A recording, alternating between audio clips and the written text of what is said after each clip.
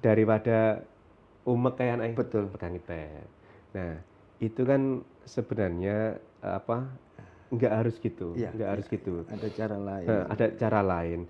Jadi kita pengen ini tidak perlu dimasukkan secara spesifik ke kurikulum, tapi ini pemerintah juga harus membuat regulasi yang jelas. Selain itu juga ini harus diulang-ulang terus. Saya melihat referensi di Cina itu memang sampai membuat namanya TikTok yang versi lokal, Douyin itu. Oh iya, benar. Aplikasi khusus itu ya. Aplikasi itu saya melihat referensi dan saya baca-baca. Iya, Semoga iya, ini monggo. benar dan menjadi referensi kita bahwa anak-anak di bawah usia 14 saat ini hanya bisa menggunakan 40 menit per hari di versi lokal itu Douyin itu. Terus anak-anak juga tidak bisa mengakses aplikasi ini dari jam 22 sampai jam 6 pagi.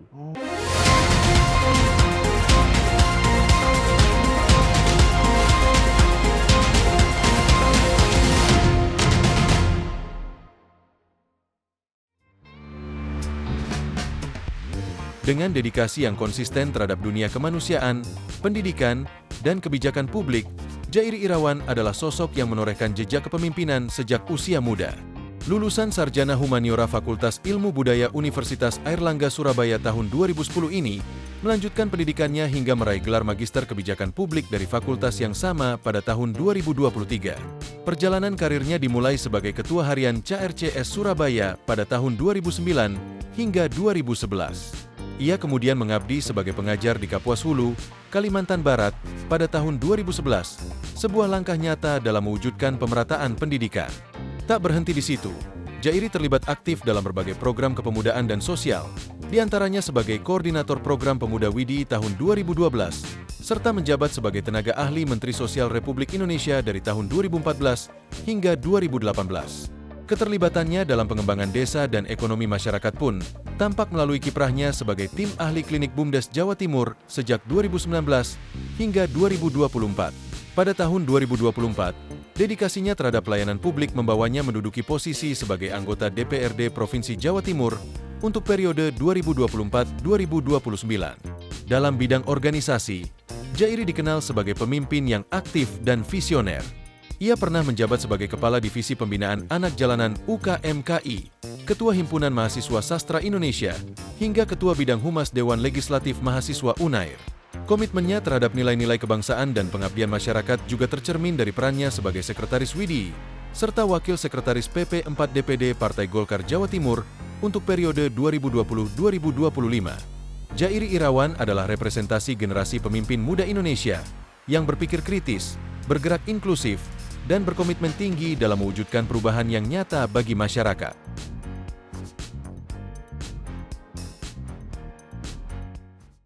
Assalamualaikum warahmatullahi wabarakatuh. Salam sejahtera bagi kita semua. Salam Om Swastiastu, Namo Buddhaya, salam kebajikan.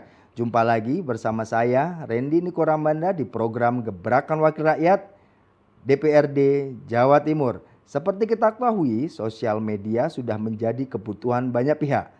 Tak terkecuali anak-anak, bahkan rentang umurnya mulai 8 sampai 13 tahun. Dalam hasil riset terbaru, mereka bisa mengakses sosial media mencapai 5 jam per hari. Tentunya hal itu sangat mempengaruhi kehidupan bersosialisasi dari mereka. Tentu saja sosial media seperti pisau bermata dua. Bisa bermanfaat jika digunakan dengan bijak dan berbahaya jika tidak ada kontrolnya. Untuk tahu lebih jauh mengenai hal ini, saya sudah bersama Wakil Ketua Komisi E DPRD Jawa Timur, Bapak Jairi Irawan. Langsung saja kita sapa beliau. Selamat sore, Bang. Selamat sore, Mas Randy. Baik, Bang. Bang Jairi, bagaimana pandangan Abang mengenai urgensi pembatasan media sosial untuk anak-anak ini? Bagaimana, Bang? Saat ini memang kita tidak bisa terlepas dari yang namanya gadget dan media sosial ya. Yeah. Ibarat kata itu media sosial atau gadgetnya itu sudah seperti saudara atau anggota keluarga lah dalam rumah itu. Yeah. Karena memang selain berinteraksi dengan orang tua, Betul. kita paling banyak berinteraksi dengan gadget dan media sosialnya. Yeah. Nah, kita lihat memang kita melihat kemarin rilisnya BKKBN itu, anak-anak itu menghabiskan 7,8 jam itu bermain gadget. Nah, sedangkan luar biasa ya. berinteraksi dengan orang tua, dengan keluarga itu hanya 30 menit. Bisa dibandingkan kan? Di rumah itu ya, banget, di jauh rumah. berkurang ya itu ya. Nah, berarti gini, kalau seumpama di sekolah itu 8 jam, 9 jam, terus bermain gadget dan sebagainya itu 7,8 jam, berarti kan sudah hampir 15,8 jam itu tidak bertemu orang tua, tidak berinteraksi dengan orang tua. Dibandingkan 30 menit, jadi kan itu semacam ini ya, agak jauh. Berarti anak itu masih nyaman dengan orang di sana, dibandingkan dengan orang yang ada di sekitar kita. Orang terdekatnya padahal ya. Ya betul. Nah, bahwa ada game juga bahwa tempat yang paling rame di rumah itu ya bukan di depan TV, bukan di warung di meja makan. Tempat yang paling rame itu ya di kamar. Karena apa? Karena walaupun kamar itu dianggap sunyi, tapi kan HP itu rame. Rame sekali kan? Iya, kesannya bahwa mereka sudah punya dunia sendiri ya. Punya dunia sendiri. Iya, di virtual gitu. Walaupun dianggap kamar itu sepi, terus orang larinya ke kamar, tapi paling rame ya di kamar itu. Bisa jadi YouTube dibuka, WhatsApp dibuka, TikTok dibuka, belum lagi yang lain, atau lagi ibu Lazadanya dibuka, atau Shopee-nya dibuka lah. Jadi kan semua itu kita terhubung dengan orang luar dan begitu ramenya. Nah, sehingga dan ini ada sisi-sisi negatif yang memang harus dibatasi. Secara karena memang anak-anak kita ini kan yang seharusnya mereka sudah melatih kognitifnya, melatih nalarnya, terus melatih afektifnya, melatih perasaannya, tiba-tiba harus mendapatkan beberapa berbagai pengaruh sehingga kognitif dan afektifnya itu agak terlewati juga, terlewati situ ya. Jadi saya ada harapan untuk anak-anak kita itu memang perlu dibatasi secara baik waktu ataupun aksesnya untuk media sosial gitu. Apakah isu mengenai bahayanya sosial media untuk anak-anak ini sudah dibahas di lingkungan DPRD Jatim, Bang? Dan responnya seperti apa? Kita kemarin kita kan sedang menyusun tentang Perda Pelindungan Anak dan Perempuan. Salah satunya kita masukkan di situ adalah ruang-ruang digital yang memang bisa diakses. Itu apalagi kita melihat beberapa kasus itu ada yang anak, mohon maaf ya, bunuh diri karena memang dilarang megang HP. Terus ada anak yang menusuk orang tua karena memang diroyok lah bahasanya, diambilnya sehingga berani melawan orang tua dan sebagainya. Ini kan sebenarnya kasus-kasus seperti itu yang menguatkan kita agar ruang-ruang ini, kalaupun nantinya itu memang ada pelarangan, berarti ini harus dirumuskan betul oleh pemerintah. Dirumuskan betul. Bukan artinya kita memberikan menutup ruang kreasi, terus menutup kemerdekaan orang bersosial media, tetapi kita harus memikir jarak jauh, jangka panjang, bahwa kita bermedia sosial itu masih ada kok. Seumpama kita dibatasi 18 tahun, dia berumur sampai 60-70, berarti kan ada jangka waktu 18 tahun sampai 70 tahun itu masih bisa menikmati akses itu. Tidak harus dipaksa ketika anak-anak harus mengakses. Tapi memang ada sisi positifnya ketika kita kalau bijak menggunakan itu. Banyak teman-teman saya yang punya anak balita itu pintar bahasa Inggris. Ya betul. Bahasa Arab juga banyak. Bahasa Arab juga banyak. Benar. Ngaji juga banyak banget. Itu berawal dari YouTube. Betul. Itu positifnya dan itu memang nggak semua keluarga menyadari hal itu. Artinya di sini peran keluarga, peran orang tua sangat sentral banget untuk bisa mengingatkan ya, benar. Tontonannya harus ini, tontonannya harus begini gitu kali ya, Bang. Iya benar. Ini ada data lagi Mas yang saya ambil dari Komdigi itu memang dari tahun 2023 itu berdasarkan kajian UNICEF itu ada 13,4% anak punya akun yang dirahasiakan oleh orang tua. Apa sudah itu kan? Iya. Sedangkan sebesar 32,1% itu anak membagikan informasi pribadinya di media sosial. Apalagi sekarang ada AI dan sebagainya. Iya. kan kita nggak ngerti Benar, apakah benar. yang di AI kan itu benar anak kita, Betul. benar Kadang saudara lebih kita. menyerupai AI daripada anak kita Nah, gitu kayaknya. itu Lebih yang manusia ya. Betul, dengan betul. adanya fakta-fakta ini memang kita harus mengarah dan harus serius memikirkan masa depan anak-anak kita. Oke. Kalau menurut Bang Jairi, Hmm. perlu nggak di kemudian hari, Hmm. nggak perlu cepet, ada kurikulum khusus untuk anak-anak ini Hmm. soal literasi Digital. digital ataupun supaya membatasi mereka lah. Mereka juga melek bahwa yang boleh itu ini. Perlu nggak begitu untuk di Sebenarnya nggak, bukan hanya masuk ke kurikulum sebenarnya. Oke. Ini kan tugas kita semua. Hmm. Contohnya gini, kita akan lihat data lagi lah, kembalikan lihat bahwa sekitar 87% itu anak-anak di Indonesia sudah dikenalkan media sosial sebelum menginjak 13 tahun. Dan 92% anak-anak dari rumah tangga berpenghasilan rendah itu anak yang lebih Iya, banyak iya, mengakses iya, iya. media sosial. Betul. Saya kadang melihat kadang orang tua daripada anaknya rewel langsung dicekel di tab, dipegang tab. Iya sih, iya Contoh sih. kita kalau Banyak kalau itu. Mas Randy Iya. pergi ke tempat makan ya, Bener. pergi ke tempat Saya makan sendiri. daripada umek kayak anaknya Betul. pegang tab. Nah itu kan sebenarnya nggak harus gitu, Iya, nggak harus gitu. Ada cara lain. Ada cara lain.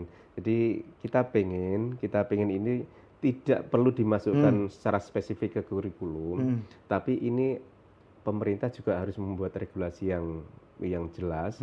Selain itu juga ini harus diulang-ulang terus. Ketika kita mungkin bupati, terus wali kota, terus DPRD, ketika sosialisasi ke masyarakat, bertemu ke masyarakat, harus diingatkan terus-menerus. Oh, jadi tidak perlu sampai ke kurikulum ya? Enggak sampai karena kurikulum kita itu sudah banyak yang menitipkan, Mas. Ya, Lingkungan hidup menitipkan Iya, kurikulumnya, anti korupsi masuk di kurikulumnya. Oh, Jadi iya, benar. sepertinya ini adalah kerja semesta yang harus dilakukan oleh semua orang untuk mengingatkan ke masyarakat tentang bahayanya media sosial atau baik buruknya media sosial lah. Itu harus diterangkan terus-menerus kepada Baik. masyarakat. Kalau kemudian itu dititipkan umpamanya ke satu OPD misal Dinas Pendidikan, itu untuk edukasi sosialisasi kayak gitu menurut Bang Jerry kayak gimana? Kalau itu Nggak harus masuk ke kurikulum kan? bisa-bisa saja kan karena banyak sekolah kita, satuan pendidikan kita yang juga menggunakan perangkat-perangkat digital. Ya, Tapi sekali lagi seberapa jauh seorang guru, seorang kepala sekolah itu bisa mengawasi apakah anak didiknya benar-benar menggunakan media sosial yang bijak atau enggak, menggunakan akun pribadinya atau enggak. Ya saya berpikir bahwa kalau di sekolah sepanjang menggunakan perangkat sekolah berarti akunnya akun milik sekolah. Iya. Nah, akun milik sekolah. Jadi yang diakses adalah resmi yang milik sekolah. Jadi kemarin kita lihat contohnya di GBK itu ada pengeras suara yang mengeluarkan suara yang dalam tanda itu kan sebenarnya itu miliknya publik, Iya. tapi dimanfaatkan oleh pribadi. Ya mungkin dia tidak sadar, Betul. mungkin dia tidak sengaja atau lalai gitu atau lah. lalai lah. Iya. Dan itu makanya kalau di sekolah menggunakan perangkat sekolah juga harus menggunakan akun milik sekolah. Jangan sampai akun yang milik pribadi. Itu masuk dalam pembatasan-pembatasan yang harus di rule-nya gitu loh. Role-nya juga harus seperti itu. Itu salah satunya lah. Mungkin akan banyak lah kalau memang kita masuk ke sana. Tapi kalau kita ngomong digital atau sosial media itu kan open source, sangat-sangat terbuka. Nah, di sini ada perlu peran siapa sih atau orang tua, peran kalau orang tua di sekolah itu berarti guru, kalau umpamanya di ngaji ya berarti guru ngajinya atau kayak gimana? Semua kayak gimana Bang menurut Bang? Kalau kita melihat referensi dari beberapa negara ya memang ini peran pemerintah juga, peran-peran kita yang di legislatif maupun di eksekutif ini harus membuat aturan yang jelas dan harus saklek memang, harus saklek. Contohnya ya saya melihat referensi di Cina itu memang sampai membuat namanya TikTok yang versi lokal, Douyin itu. Oh iya, benar. Aplikasi khusus itu. Aplikasi itu saya melihat referensi dan saya baca-baca. Semoga ini benar dan menjadi referensi kita bahwa anak-anak di bawah usia 14 saat ini hanya bisa menggunakan 40 menit per hari di versi lokal itu Douyin itu. Terus anak-anak juga tidak bisa mengakses aplikasi ini dari jam 22 sampai jam 6 pagi. Nah, kenapa kok Cina itu? Karena memang kalau sudah TikTok yang versi internasional itu ini bahasanya kita lihat di referensi Cina itu pemerintah sendiri sudah nggak bisa mengontrol itu. Iya, berbagai macam negara, berbagai macam budaya yang bisa masuk ke sana. Makanya salah satu yang dilakukan oleh pemerintah Cina di sana adalah membuat akun TikTok versi lokal yang di situ isinya tentang sejarah, tentang budaya Cina. Ya semacam itulah, semacam aplikasi yang pembelajaran lah, bukan media sosial sebenarnya. Tapi memang itu juga perlu dilakukan oleh pemerintah kita. Terus di Australia juga sudah mulai pembatasan. Kita lihat juga di beberapa di Jerman itu anak antar 13 sampai 16 tahun baru boleh memiliki akun media sosial. Contoh lagi, di Norwegia juga sama. Mereka juga ketat karena menurut versi mereka itu, survei mereka bahwa sudah 58% itu anak usia 10 tahun sudah memiliki akun. Jadi mereka membatasi bahwa yang boleh memiliki akun adalah umur 13 dan sekarang ditarik ke atas lagi 15 tahun baru boleh memiliki akun media sosial. Nah, ini perlu kita duduk bersama. Ini jangan berpikir dulu ini nantinya akan mengurangi kebebasan ekspresi, terus berpikir tentang investasi yang masuk ke Indonesia, tapi kita harus berpikir benar-benar membatasi yang menjadi penerus kita itu ya anak-anak yang usia 10 tahun, 15 tahun ini yang itu kita pikirkan lebih depan. Jadi pemerintah, kita berharap kita bisa duduk bersama lagi, walaupun kita sudah punya peraturan pemerintah 17 tahun 2025 itu tentang ruang-ruang digital, tapi memang nanti kita harus cek kembali lah, karena masih ada pasal-pasal yang memang itu bisa digunakan oleh orang lain untuk membuat yang lebih lah di media sosial. Baik, Bang Jairi, ini tadi kan Bang Jairi mau membahas mengenai dua hal tadi kan, mengajarkan untuk menggunakan sosial media dengan bijak dan memberi contoh, ada beberapa negara yang sudah melakukan pembatasan. Sebenarnya efektif mana antara mengajarkan anak-anak itu menggunakan sosmed dengan bijak atau langsung tegas mengatur mereka, atau malah dua-duanya? Kayak gimana, Pak? Itu peraturan itu tidak bisa ini, Mas, tidak bisa dipisah dengan kebiasaan. Jadi kalau kita saklek ke aturan, tapi nantinya tidak ada akhirnya semacam aku dibatasi peraturan. Selain peraturan, memang harus ada penyadaran-penyadaran, harus ada penyadaran dan itu harus memang berulang-ulang. Nggak bisa disendirikan, harus bijak menggunakan media sosial. Bijak menggunakan media sosial pun, kalau di ruang-ruang pribadi siapa yang mengontrol? Kan nggak bisa ngontrol juga kan. Nah, makanya di ruang-ruang yang tidak bisa ngontrol itulah aturan ini masuk. Nah, aturan ini akan masuk, bisa menjadi tambal sulamnya antara aturan dan namanya pendampingan atau apa itu yang bisa saling melengkapi lah. Baik. Kalau artinya kalau perlu ada komunikasi yang intens antara orang terdekatnya, dalam hal ini orang tua ya, ke anak-anak ya, supaya mereka juga memberi pendidikan mengenai digital ini, tentang bagaimana bahayanya.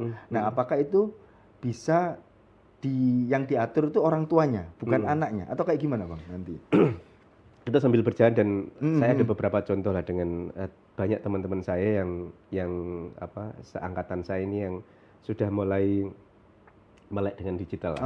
Itu mencoba untuk memberikan aturan kepada putra-putrinya, anaknya. Semacam sehari hanya boleh mengakses 30 menit.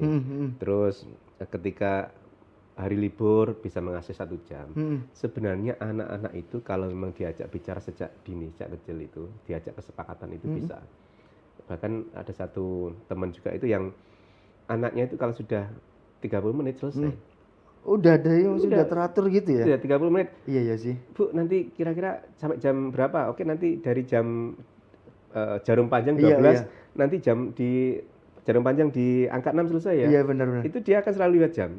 Iya, benar. Kalau sudah selesai. Dan sebenarnya itu juga melatih kedisiplinan anak. Betul, bahwa sepakat sih. ada sesuatu hal yang itu boleh dilakukan dan tidak boleh dilakukan. Dan itu sekali lagi tidak semua orang tua punya waktu untuk itu. Nah, tidak semua orang tua punya pemahaman seperti itu. Akhirnya nanti peraturan itulah yang akan menambal-nambal itu. Iya. Kalau menurut Bang Jari sedikit menarik mengenai pola asuh dan parenting tadi ya. Sebenarnya menurut Bang Jari pola asuh yang seperti apa yang ideal Untuk hal itu kayak gimana ya? Saya harus ngutip ini. Heeh. Sayyidina Ali itu, ini pembelajaran kita sama Iya, belajar iya, ya, iya, bukan iya. saya mengajari ya, Iya. bukan kita mengajari ya. Nggih. Sayyidina Ali itu punya 3 tahapan. Kalau anak 0 sampai 7 tahun itu perlakukan anakmu itu seperti raja. Oke.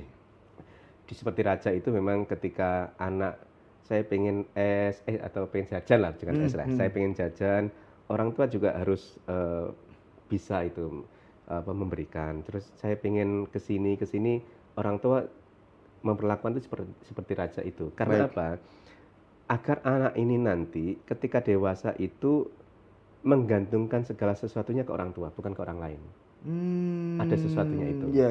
Nah, jadi ketika punya kesulitan apapun, larinya ke orang tua, Betul. bukan ke orang lain. Iya, Nah, iya. terus umur 8 tahun sampai 15 tahun itu salah itu perlakuan anakmu itu seperti tawanan. Di sana diajari kewajibannya anak-anak, terus sholatnya ditata dan sebagainya, terus kewajiban-kewajiban rumah tangga ditata benar. Makanya ada anak yang umur 18 sampai 15 tahun benci banget sama orang tua. Karena apa? Diketati, harus diketati. Ini untuk melatih ketika nanti setelah dewasa itu dia punya aturan-aturan yang memang sudah terlatih sejak awal. Dan disiplin tadi jadinya Disiplin ya. itu. Betul, Nah, betul. Kalau sudah 15 tahun ke atas, jadikan putra-putrimu seperti teman. Untuk Iya. berbicara, ngobrol, Iya, terus iya. diskusi. Nah, ini juga sekali lagi untuk membentengi anak kita ketika ada sesuatu hal yang nantinya dia tidak bisa menerima di kehidupan dia sendiri itu, maka larinya ke orang tua. Atau ketika dia sudah masa-masa kuliah, berarti curhatnya bukan curhat dengan orang lain, Iya. curhatnya dengan orang tua. Karena Betul. apa? Sudah merasa orang tua sebagai temannya. Nah, 3 hal itu sebenarnya yang ideal menurut Sayyidina Ali ya, Iya. ideal itu. Iya. Makanya ada beberapa hal yang memang ketika anak balita itu yang diajarkan ya kognitifnya diajarkan, Oke. numeriknya Oke, diajarkan, membacanya diajarkan. Setelah agak dewasa dikit, afektifnya, perasaannya Iya. diajarkan. Nah, jangan lupa lagi psikomotoriknya, fisiknya, olahraganya. Sekali lagi, makanya ada di WHO itu kalau bisa untuk ukuran anak-anak itu 1 jam.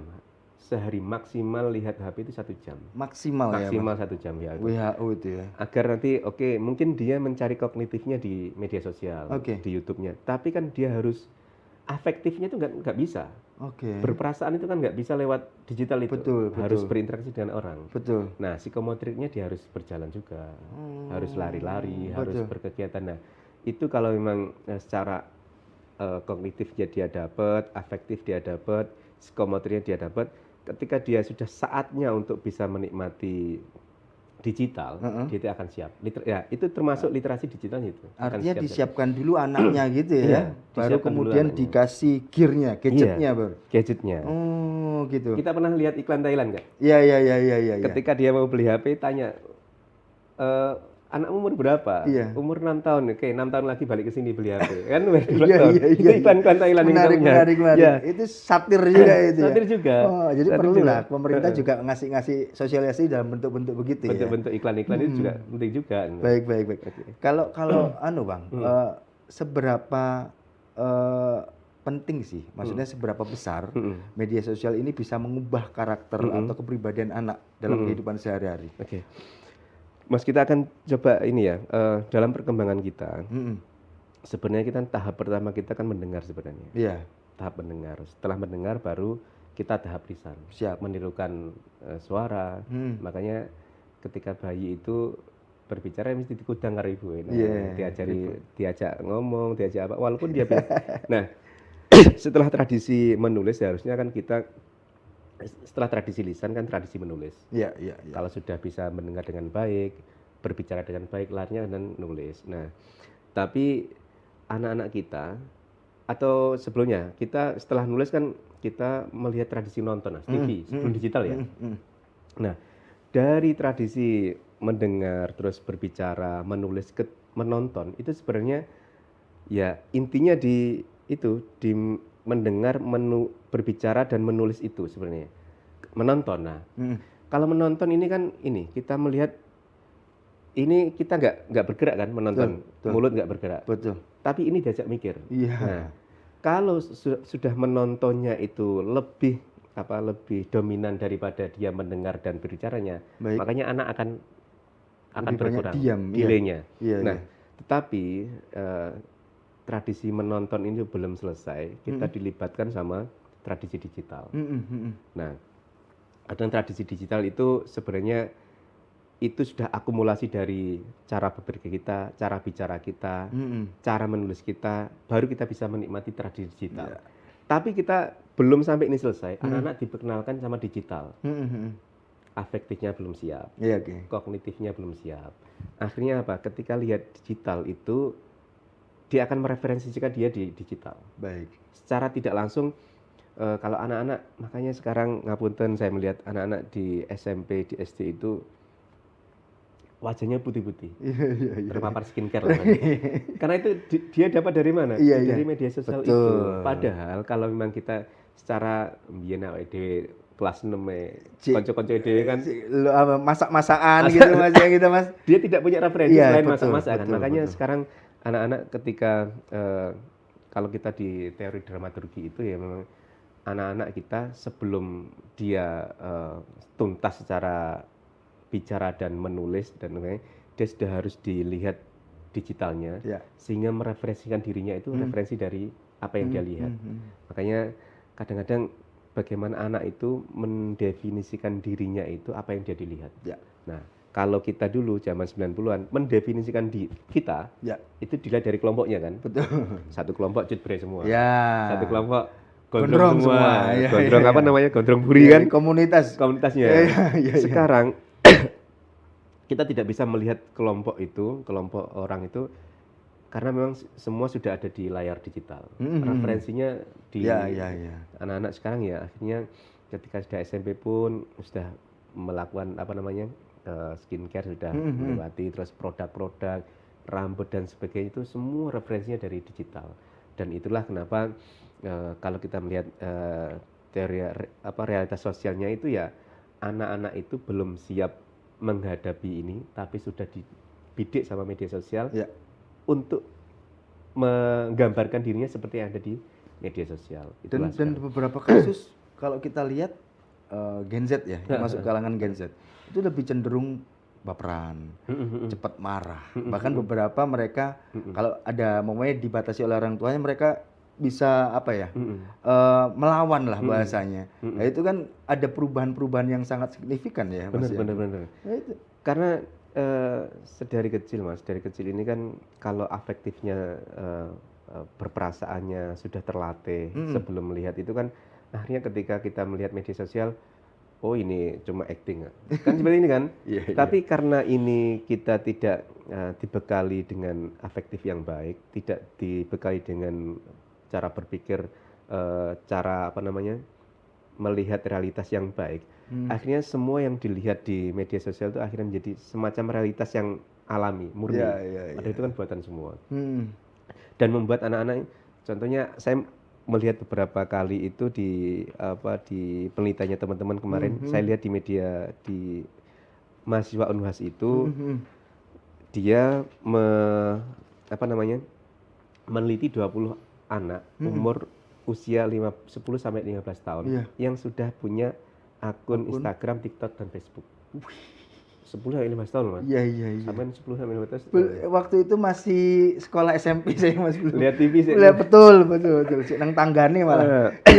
Sekarang itu makanya dia mereferensikan dirinya itu seperti yang ada di media sosial, seperti selebgram yang dia inginkan. Tetapi ketika dia menggambarkan dia seperti idolanya, ketika tidak ada tanggapan yang baik dari followernya, dia akan merasa kok ini ya, masa aku nggak ayu sih.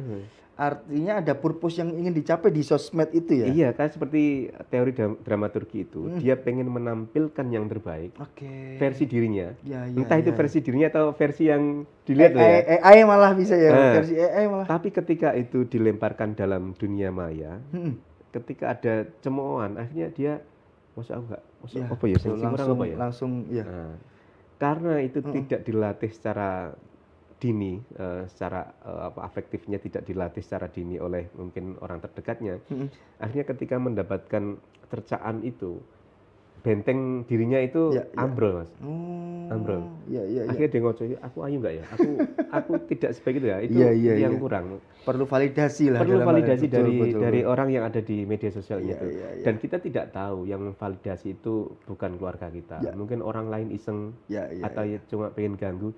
Kan anak-anak umur 10 sampai 15 tahun kan mencoba untuk mencari identitas Iya, dirinya. betul. Kalau identitas dirinya itu kebetulan yang baik di media sosial, maka dia akan ikut itu. Ya, ya. Tapi ketika yang direferensikan itu yang kurang baik menurut dia, maka ketika dia mendapat hujatan, Ya. akhirnya dia akan lari ke diri sendiri, depresi, terus Iya, iya. mental health-nya terkena. Itu hal-hal seperti itu yang kita Bisa banyak terjadi lah. baik Ya. terjadi kita. Baik, terakhir Bang, Bang Jairi kan duduk di legislatif ya, membidangi ya sebagai pembuat kebijakan.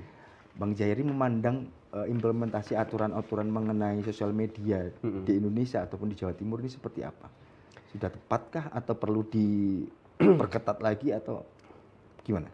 Kita melihat ini ya, kita perlu juga melihat kebutuhan yang urgent anak itu apa. Ya. Yang dibutuhkan anak itu kan asa asi asuh lah. Ya, asas. Cara kasih sayang orang tua, pendidikan dari yang dia miliki, terus nanti kedekatan dengan orang tua dan sebagainya, Iya. dan kebutuhan fisiknya yang dia itu sebenarnya yang dipenuhi dulu. Iya, iya, iya. Jangan kita lari ke yang lain. Nah, kami juga risih sebenarnya gini. Risihnya itu dan juga prihatin. Ternyata aturan-aturan yang ada yang kita miliki itu masih banyak celah. Masih banyak celah sehingga semacam pasal karet lah sebenarnya. Pasal karet yang ini aturannya bisa ini kok. Bisa ini. Contoh sekali lagi saya akan singgung Ada tentang beberapa yang di peraturan pemerintah contohnya baik, ya. monggo. Peraturan pemerintah nomor 7 tahun 2025 tentang tata kelola penyelenggaraan sistem elektronik dalam perlindungan anak. Ya, Pasal 1, pasal 1. anak yang menggunakan atau mengakses produk itu Ya. selanjutnya disebut anak adalah orang yang belum berusia 18 tahun. Bang. Oke. Kalau 17 tahun masih anak. Iya, masih kan? anak. Masih Iya, kan? iya, iya, Tapi iya. kita menganggap ini masih remaja yang masih banyak. Sebenarnya kalau itu dianggap anak-anak ya di masa kita sudah terlalu besar lah dianggap anak-anak. Betul. Sehingga kita menyebut anak-anak ya sekolah SD itu anak. Ya, balita lah atau ya SD ya benar. SMP, SMA sudah remaja bahasa Iya, kan. benar. Dan istilah itu memang apa ya? Ya istilah yang masih di atas kertas ya anak, tapi kalau di bawah kan remaja beda. Iya, beda. Di pasal 20.2 contohnya. Itu ada pengelompokan rentang usia anak. A itu usia 3 sampai 5 tahun. Ya. B 6 sampai 9, C 10 sampai 12 dan D 13 sampai 15 dan yang terakhir 16 sampai sebelum berusia 18 tahun. Nah, sedangkan pasal 21 itu poin A, anak berusia di bawah 13 tahun. Sebagaimana dimaksud pasal di atasnya itu dapat memiliki akun pada produk, layanan dan fitur yang secara khusus dirancang untuk digunakan atau diakses oleh anak dan memiliki profil risiko rendah dengan persetujuan orang tua. 3 tahun ya Mas, sudah punya akun. Diperbolehkan Well. orang tua ini kan Iya. kita ini ya harus FGD benar Ya. dengan pakar anak, dengan pakar telkom lah, pasal telekomunikasi atau Iya, apalah. iya. Pakar-pakar kita ngumpul memang kita harus punya batasan yang jelas karena memang ini bersentuhan dengan masa depan anak-anak. Jadi ketika nantinya contoh kalau yang di beberapa negara itu 13 tahun baru boleh memiliki akun, maka kita juga harus konsisten lah ke sana. Mumpung belum kejadian seperti yang ada di Amerika, ada di Australia kan, mereka mengasihnya lebih dari kita.